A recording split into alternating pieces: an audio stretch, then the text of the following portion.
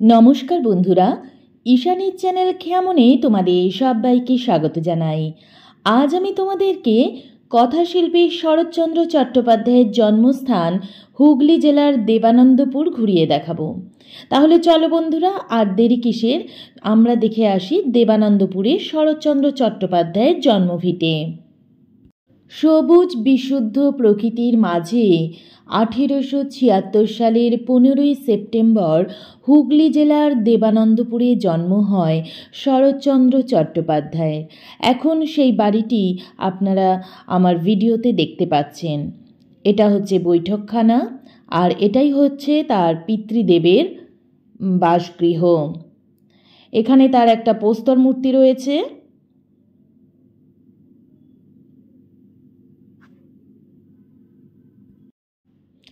ওনার ছোটবেলা কেটেছে এখানেই।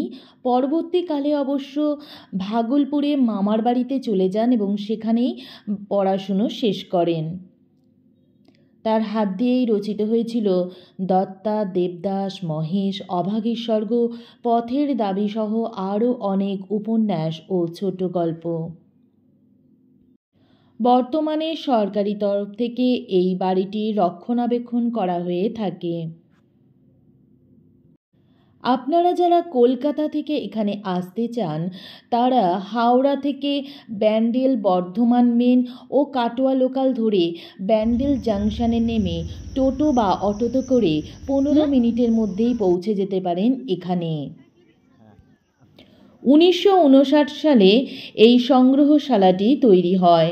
শরৎচন্দ্র চট্টোপাধ্যায়ের ব্যবহৃত জিনিসপত্র দিয়ে তৈরি এই সংগ্রহশালা। এটি সকাল 11টার সময় খোলে আর বিকেল 5:30 অবধি খোলা থাকে। এছাড়া দ্বিতীয় ও চতুর্থ শনিবার, রবিবার এবং সরকারি ছুটির দিনগুলোতে এই সংগ্রহশালাটি বন্ধ থাকে। সংগ্রহশালাটিতে ঢুকেই প্রথমে চোখে পড়বে তার ব্যবহৃত ইজি চেয়ারটি। বিদ্যালয়ের ছাত্রছাত্রীদের জন্য এটা কিন্তু একটা আদর্শ জায়গা। তার জীবনকালের বিভিন্ন ঘটনাগুলিকে পুতুলের মাধ্যমে এখানে তুলে ধরা হয়েছে। এছাড়াও এখানে আছে তার হাতে লেখা পাণ্ডুলিপি, লাঠি, আরও অনেক জিনিস। এই সংগ্রহশালাটি বাচ্চাদেরকে নিয়ে এলে কিন্তু ভীষণই ভালো তারা আনন্দ পাবে।